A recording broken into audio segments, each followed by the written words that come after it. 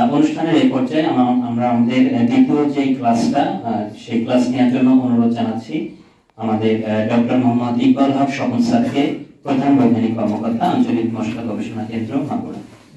আমাদের মূল উদ্দেশ্য হলো যে উচ্চ ফলনশীল জাত উদ্ভাবন করা। আগে যে পরিমাণ জমি ছিল, এখন আমরা জমির পরিমাণ কমছে কিন্তু আমাদের চাহিদা বৃদ্ধি পেয়েছে। আমরা চাই, আমাদের লক্ষ্য যে সেই কম জমি থেকে বেশি পরিমাণ ফসল উৎপাদন করা।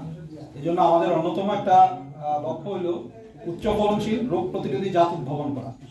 এই উচ্চ ফলনশীল রোগ প্রতিরোধী জাত উদ্ভাবন করতে গিয়ে আমরা এর মধ্যে 7টি পেঁয়াজের জাত উদ্ভাবন করা হয়েছে। আপনারা গ্রীষ্মকালীন পেঁয়াজ যেটা শুনবেন যে বাড়ি পেঁয়াজ 2, 3 এবং 5, এই 3টা গ্রীষ্মকালে হয়। একটা সময় ধারণা ছিল যে আমাদের 15, 20, 25 বছর আগে যে আমাদের দেশে শুধু শীতকালে পেঁয়াজ হবে, কিন্তু 2001-2 থেকে আমাদের দেশে এখন গ্রীষ্মকালেও পেঁয়াজ হয়, গ্রীষ্মকালীন পেঁয়াজ। তা আমাদের এই 7টা জাতের মধ্যে সবগুলি উচ্চ ফলনশীল।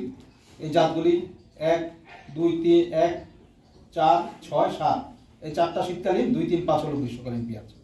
তা আপনারা পেঁয়াজের জাতগুলি এগুলি আপনারা যেটা করবেন যে বাজার থেকে বীজ কিনা, আসলে বীজ তো পরিণশীল হয়ে যাবেন, আপনি বীজ নিজেই করতে পারবেন। লেখা হওয়ার কারণে অনেক মূল্যবান জাত প্রয়োজন যেগুলি আমাদের সংরক্ষণ করার কথা ছিল, এগুলো কিন্তু অনেক চলে গেছে। শুধু ইন্ডিয়া না, অনেক দেশে চলে গেছে। তারা জানে যে আসলে এই বিষয়টা খুবই গুরুত্বপূর্ণ, যে জাত প্রয়োজন যার আছে সেই কিন্তু বড়, এই দেশে সবচেয়ে বড় দেশ, কারণ মানে